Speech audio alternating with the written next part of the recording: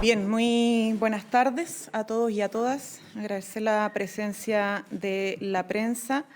En esta ocasión nos vamos a referir tanto a información relevante de gobierno a propósito de la emergencia y también el caso que ha estado presente en el debate político y público durante estos últimos días, el caso en relación con los convenios de transferencia del Ministerio de Vivienda. En primer lugar, sí, no podemos sino partir esta vocería reiterando el pésame, un sentido pésame a la familia del bombero y locutor radial Robinson Altamirano, que lamentablemente falleció realizando tareas de búsqueda en Linares.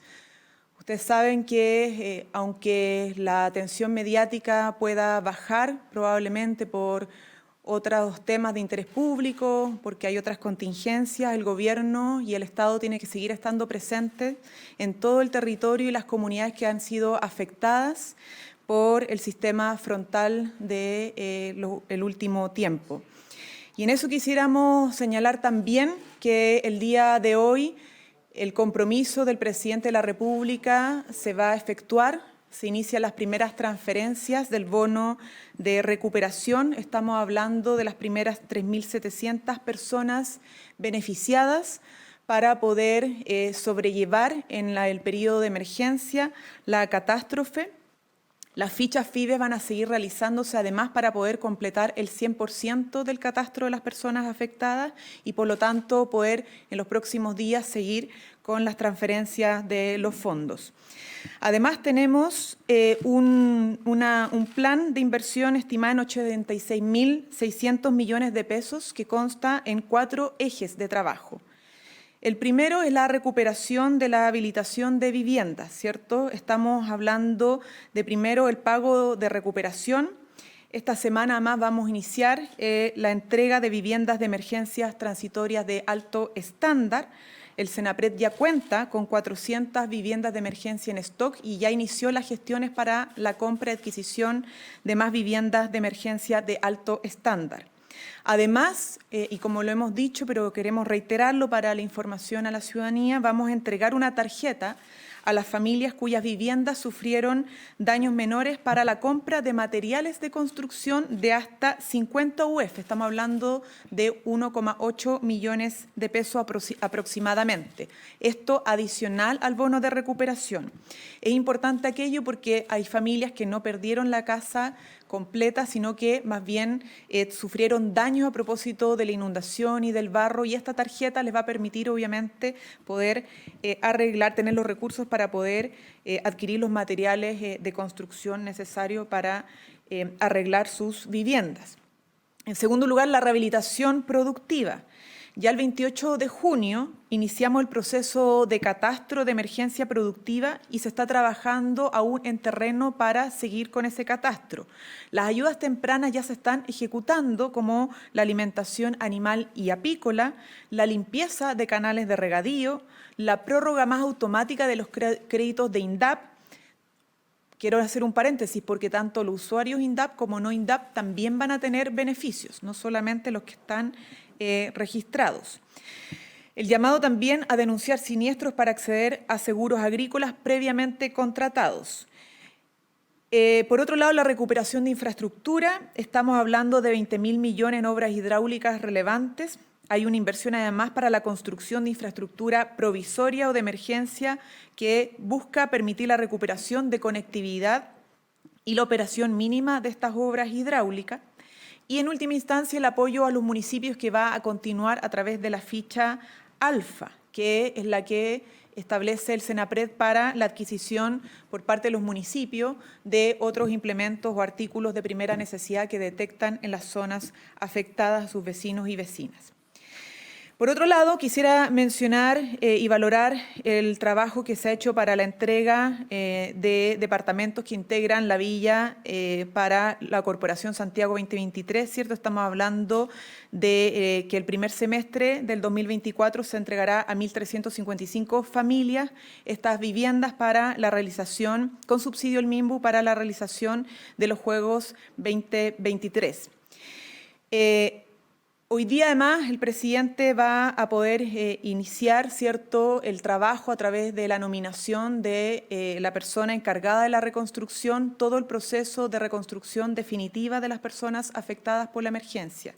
Es decir, que vamos a poder ya estos días iniciar el trabajo del plan de reconstrucción. En última instancia, y antes de pasar a los anuncios sobre el caso convenios, quisiera señalar algo que es muy importante y que estuvo en lo que estuvo trabajando el presidente de la República junto con sus delegados y delegadas, particularmente la delegada Constanza Martínez de la región metropolitana. Nosotros hemos iniciado, ¿cierto?, un compromiso de destrucción y demolición de 30 mausoleos narco en distintas comunas de la región metropolitana para intervenir el lugar. Estas demoliciones, vienen asociadas a la construcción y recuperación de espacios públicos. No hay demolición si no hay recuperación de espacios públicos. Queremos que las plazas, que las calles puedan ser recuperadas para la comunidad y partiendo, por cierto, también para lo que son los niños, niñas y adolescentes que tienen el derecho también de poder desarrollarse en espacios públicos, pacíficos, tranquilos y que no estén invadidos por el narcotráfico y la inseguridad. Caso convenios. En esto queremos señalar varias cosas. En primer lugar, que el Gobierno es el más interesado en que estos casos se investiguen, se esclarezcan y que todo quien tiene responsabilidad asuma su responsabilidad. Si la responsabilidad es política, la responsabilidad política se hace valer. Si la responsabilidad administrativa se hace valer. ¿Cómo? A través de investigaciones sumarias y o sumarios administrativos. Si la responsabilidad es penal, entonces la justicia la que debe determinar quién cometió un delito, qué tipo de delito cometió y cuáles son las sanciones o penas asociadas a ese delito. Por lo mismo, como Gobierno hemos actuado, porque somos los más interesados en que esto se esclarezca, caiga quien caiga y quien tenga que asumir su responsabilidad, insistimos, sea política, administrativa o penal. Por lo mismo, esto no se trata de superioridad moral ni nada por el estilo. Se trata de cómo actuamos frente a este tipo de situaciones. Se trata del estándar de actuación que hacemos valer cuando nos enfrentamos a denuncias o posibles irregularidades. Y esperamos que ese estándar siempre se cumpla, sea para los casos propios, como sea para los casos que involucran a otro sector político. Eso creemos que es lo que espera la ciudadanía. Y por lo mismo hemos procedido no solo a establecer responsabilidades políticas, sino que también hemos iniciado cada vez que sea necesario, investigaciones sumarias, sumarios administrativos, y hemos colaborado y seguiremos colaborando con la justicia en la entrega de toda la información correspondiente. Y eso lo ha hecho tanto el ministro de Vivienda, Carlos Montes, como el ministro de Justicia, que ha puesto a disposición también un proceso para recabar información no solo de una fundación, sino que de todas las fundaciones que han estado bajo la observancia de la opinión pública, los medios de comunicación o en que han tenido algún tipo de acusación. En ese sentido, quisiéramos además señalar, en primer lugar, que cada requerimiento de información será entregado con 5 años de antigüedad.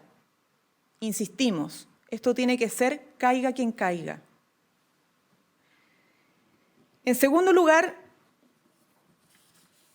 hemos decidido conformar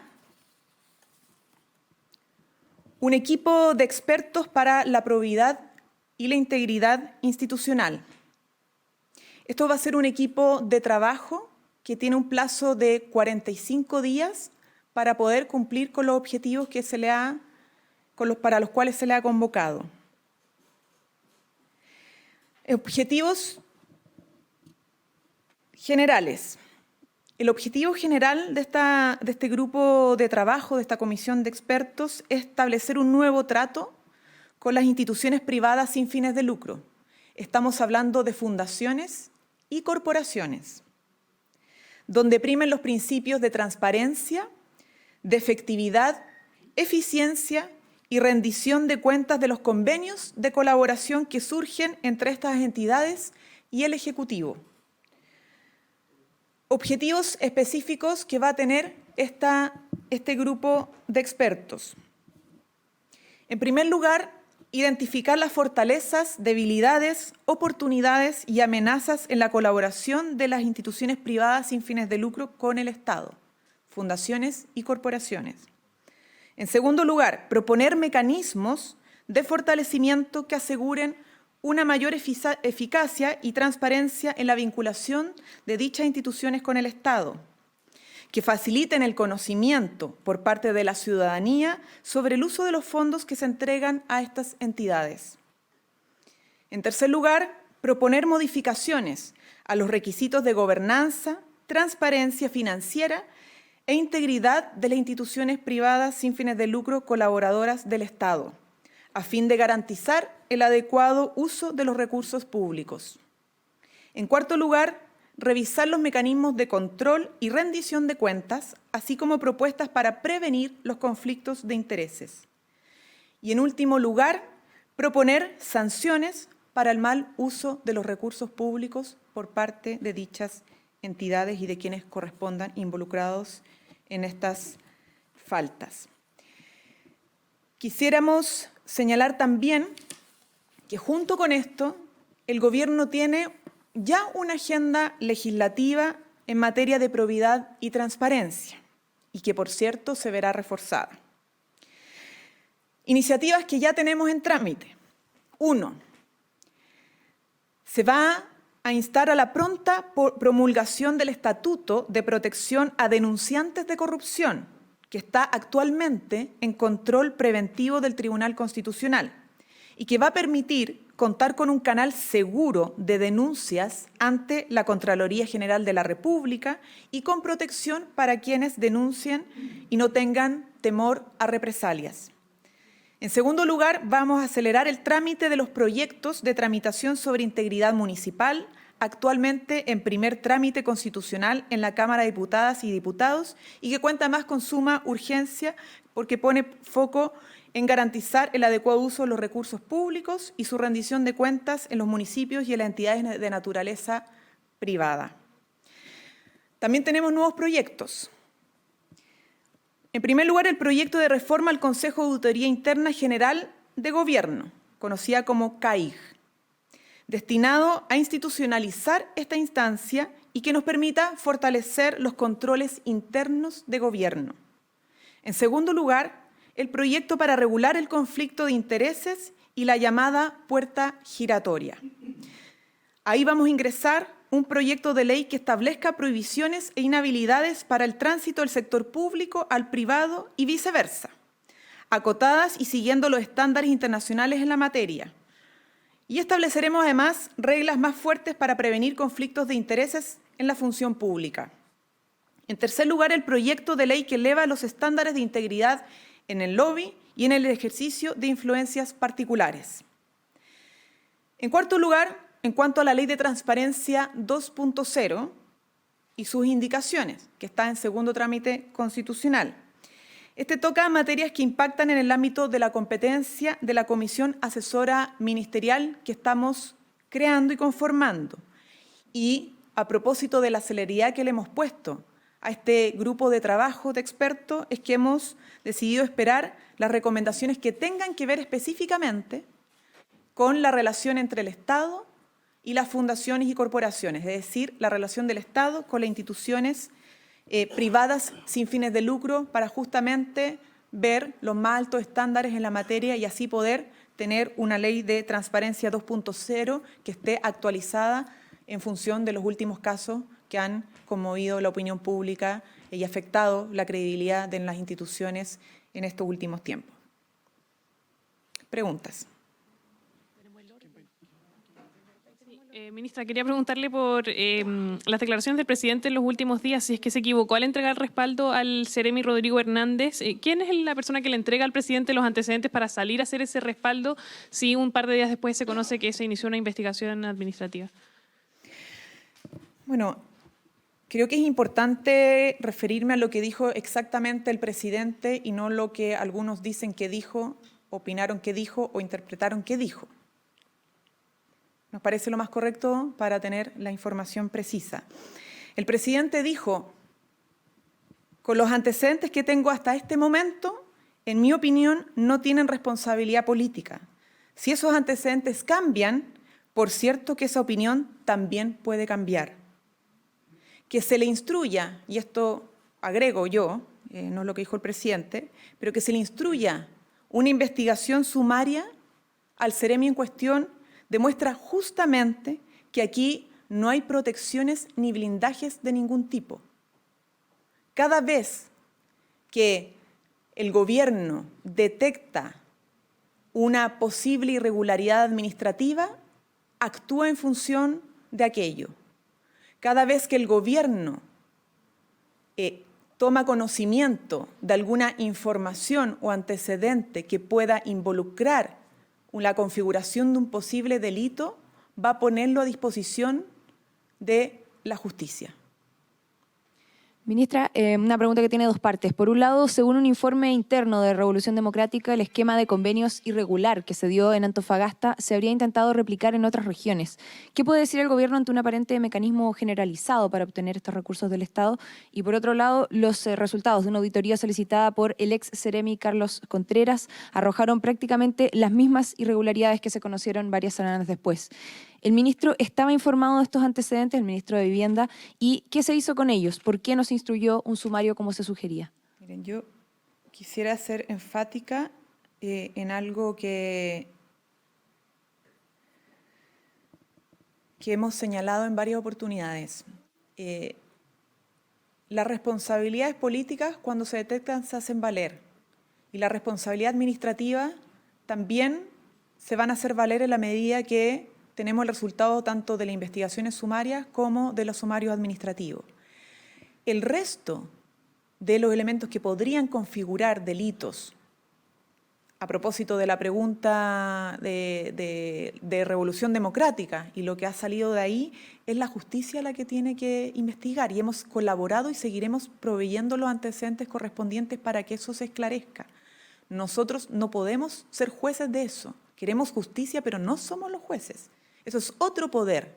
El Estado es una institución autónoma y es importante en estos casos entender cómo funciona el Estado de Derecho y respetar aquello, ¿no?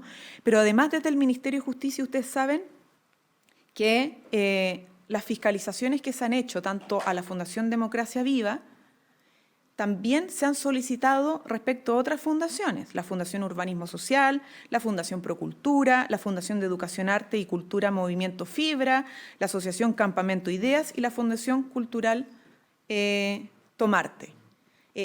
Esas distintas fundaciones se las ha solicitado a través del Ministerio de Justicia, el Departamento de Personas Jurídicas, proveer toda la información respecto a ellas para posteriormente también tomar acciones y medidas, ¿no? Y junto con eso además se han solicitado acciones al Consejo de Defensa del Estado, quien va a determinar incluso si corresponde iniciar querellas para obviamente defender los intereses del Estado en esta materia. Ministra, y respecto a esta auditoría que le mencionaba, ¿por qué no se inició un sumario como se sugería? ¿Y el ministro estaba o no en conocimiento de esta situación? Porque habría eventuales delitos, habría la obligación de denunciarlos. Eso está totalmente asociado justamente a las responsabilidades políticas que ya se hicieron valer, tanto al Seremi de la región de Antofagasta como a la subsecretaria de Vivienda. Una auditoría previa a estas últimas semanas, por eso lo planteo. Por lo mismo. Aquí hay responsabilidades políticas y además responsabilidades administrativas.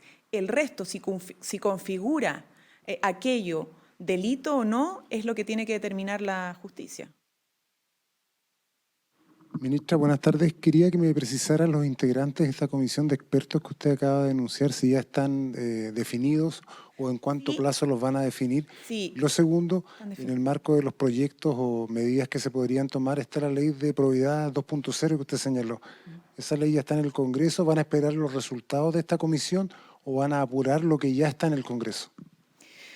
Mire, tenemos obviamente ya los integrantes y las integrantes, expertos y expertas transversales para este equipo de trabajo, que va a tener un plazo súper acotado de 45 días, porque sabemos que hay que tomar definiciones rápidas, hay que actuar rápidamente. Esto no va a ser una de esas comisiones asesoras que demoran más de un año trabajando por el carácter de urgencia que tiene el actuar en materia regulatoria. Pero el resultado de este trabajo, que implica establecer esta revisión de la relación entre el Estado e instituciones privadas sin fines de lucro, corporaciones y fundaciones, la idea es que aporte a una agenda legislativa que ya ha ido avanzando, que no es nueva, que se debiera fortalecer con el trabajo que haga tanto SECPRES como esta comisión de expertos para justamente atender a las nuevas situaciones que hemos tenido que presenciar y que requieren mejoras desde el punto de vista del funcionamiento del Estado. Entonces, el proyecto de ley que tú mencionabas y que yo lo señalaba también, que es la Ley de Transparencia 2.0 y sus indicaciones, efectivamente está en segundo trámite constitucional. ¿Ya? Nosotros podríamos sacarlo rápidamente, pero respecto a la parte, que es un proyecto amplio, ¿no? Respecto a lo que significa estas regulaciones en cuanto a transparencia asociadas a fundaciones y corporaciones, queremos poder recoger los aportes que haga este grupo de expertos, que en 45 días deberíamos poder tener esas propuestas para poder ahí precisar y no sacar una regulación insuficiente en esta materia, sino que incorpore obviamente las observaciones de este grupo de trabajo. Ministra, ¿quiénes son estos expertos? ¿Quiénes son? ¿Cuántos? Vamos, mire, tenemos un grupo ya de expertos y expertas confirmados y prontamente esperamos que hoy día durante la tarde puedan conocerlos, porque vamos a sostener una reunión junto con ellos y ellas para iniciar cuanto antes el trabajo. Ministra, en otro tema, ¿en qué está el devenir de las dos reformas estructurales del gobierno que están actualmente conversándose? Hablo de la reforma de pensiones, que esta semana se empieza a votar, y la reforma o el pacto tributario que está buscando alcanzar el gobierno. Sin los votos de la oposición, ¿el gobierno ya está haciéndose el ánimo de que debe esperar un año para por lo menos insistir en la reforma tributaria? A ver, la reforma previsional lleva más de 6 meses sin trámite legislativo, después de que se aprobó la idea de legislar en el Congreso Nacional, producto de que la oposición en su momento pidió más tiempo, pidió un equipo de expertos del cual, en un espacio de trabajo del cual se restó. Sin embargo, el esfuerzo y la voluntad del Ejecutivo siempre ha sido conversar y avanzar, porque entendemos que mientras dilatemos más esta discusión, los únicos que pierden son las personas mayores, que no tienen una respuesta respecto a sus pensiones. Y junto con ello hemos dicho en toda instancia que hay flexibilidad respecto a los instrumentos. Pero cada punto que le restamos al seguro social es disminuir las posibilidades de aumentar las pensiones hoy, a menos que tuviéramos otra alternativa propuesta sobre la mesa por parte de la oposición, y hasta el momento no la hay. Esperamos que lo hubiese, porque el tema no tiene que ver con cuál es mejor instrumento o no, sino que qué instrumentos hoy día nos permiten no solo aumentar las pensiones a 20 o 30 años, sino que poder aumentarlas hoy. Algunos han dicho que sin 6%, que todo vaya a la cuenta individual, eso afecta la posibilidad de aumentar hoy las pensiones. Después dicen, bueno, pero aumentemos la pensión garantizada universal con impuestos generales, pero luego se oponen a una reforma tributaria. Entonces, es negar la sal y el agua. Y eso, la verdad es que no es ninguna solución a las necesidades urgentes en este caso en particular, de las personas mayores. Por lo tanto, nuestra disposición siempre ha sido actuar con flexibilidad, pero que las propuestas que se pongan sobre la mesa no solamente sean consecuentes y coherentes con la posición en torno a los impuestos generales para financiarlas, sino que también tengan como resultado la posibilidad de aumentar las pensiones el día de hoy. Y el resto de los obstáculos creemos que se han puesto son básicamente nuevas excusas para no avanzar.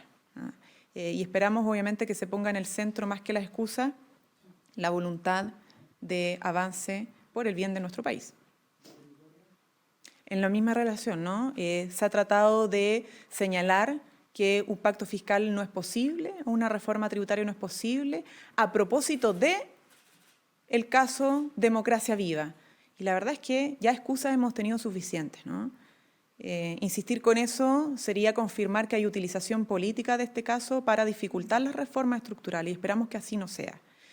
Muy por el contrario, ya hemos tenido disposición, por ejemplo, a retomar conversaciones con la CPC, hemos tenido buenas opiniones de distintos sectores respecto incluso a la posibilidad de aumentar impuestos no para la clase media, sino para aquellas personas que tienen mayor riqueza en nuestro país, mayor capital, porque todos sabemos que no basta con normas antielusivas. Las normas antielusivas nos permiten recaudar una parte de lo que necesitamos. Tampoco basta con crecimiento económico, que es necesario, urgente y obviamente es parte de los compromisos de gobierno, para eso hay una agenda específica. También es necesario aumentar impuestos en aquellos sectores que son de más altos ingresos. Y esperamos que en esto no solamente el mundo empresarial esté disponible, como en algún momento se dijo, que había que dar hasta que doliera, sino que también en el Congreso Nacional. Ministra, esta mañana agrupaciones de familiares de detenidos desaparecidos y ejecutados políticos solicitaron la salida de Patricio Fernández de su cargo por sus dichos sobre las causas del golpe de Estado, señalando que es un negacionista y que no tiene validez para ellos en esta conmemoración. ¿Se equivocó Patricio Fernández? ¿Está empañando la organización de los 50 años del golpe? Y también se puede evaluar su permanencia, dado que las críticas justamente vienen de quienes son víctimas del golpe de Estado. Sí, y hubo una recepción por parte de las agrupaciones, de algunos parlamentarios también, aquí en La Moneda para atender sus reclamos, sus inquietudes, y donde le hemos señalado claramente cuál es la posición del gobierno en esta materia y particularmente el presidente de la República. Una cosa es poder discutir sobre la evaluación de un gobierno u otro, si me gustaba o no me gustaba lo que hizo un gobierno de turno. Y otra cosa muy distinta es justificar golpes de Estado o dictaduras. Y en eso nosotros no hemos ni relativizado ni jamás relativizaremos lo que ha implicado en nuestro país estas rupturas democráticas, los golpes de Estado y las violaciones generalizadas a los derechos humanos que empañaron la historia de nuestro país y que todavía significan un gran dolor para muchos compatriotas. Por lo mismo, la posición del gobierno es una en estos 50 años donde conmemoramos este fatídico hecho. El llamado obviamente es a reflexionar, pero reflexionar en pos de proteger y fortalecer nuestra democracia, porque cuando hablamos de memoria y cuando hablamos del pasado, hablamos también del presente y sobre todas las cosas del presente, porque la historia tiene que enseñarnos, tiene que ser un aprendizaje para cómo mejor convivimos y cómo defendemos las reglas del juego democrático hoy y a futuro. ¿Se equivocó Patricio Fernández? ¿Ese llamado también es para él? También fue un llamado hacia él. Ministra, se dio a conocer recientemente una red de corrupción que permitía exportar de alguna forma ladrones con nutridos prontuarios a Europa mediante falsificación de pasaportes. ¿Qué antecedentes se tienen sobre esta materia y qué medidas se han tomado para evitar que esta situación se siga repitiendo en el registro civil? Bueno, ustedes saben que es una investigación que data desde el 2018 y por lo tanto evidentemente es algo que investigó la justicia, que determinó responsabilidades y son cosas que nosotros evidentemente esperamos que no sigan pasando y por eso es bueno que la justicia y las instituciones hayan actuado. El registro civil, y en esto es importante también separar aguas, ¿no? Tenemos miles de funcionarios que trabajan y funcionarias día a día haciendo una labor muy importante.